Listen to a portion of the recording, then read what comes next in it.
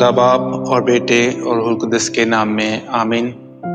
हमारे लिए आज की तिलावत मुक़द्दस पौलुस रसूल का कुरिन्थियों के नाम दूसरा खत, उसका 5 बाब और उसकी 14 आयत से लेकर 17 आयत तक।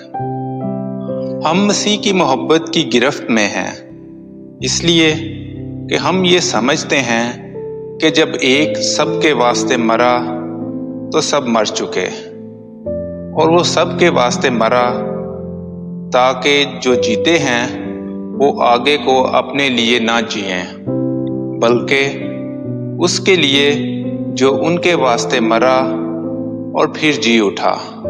बस अब से हम किसी को जिस्म की रूह से नहीं पहचानते, और अगरचे हमने मसीह को भी जिस्म की रूह से पहचाना था, मगर अब से नहीं पहचानेंगे।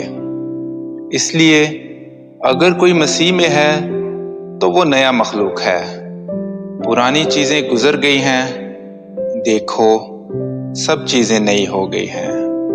कलाम अक़दस का पढ़ा और सुना जाना हम सब के लिए बाइस से बरकत हो।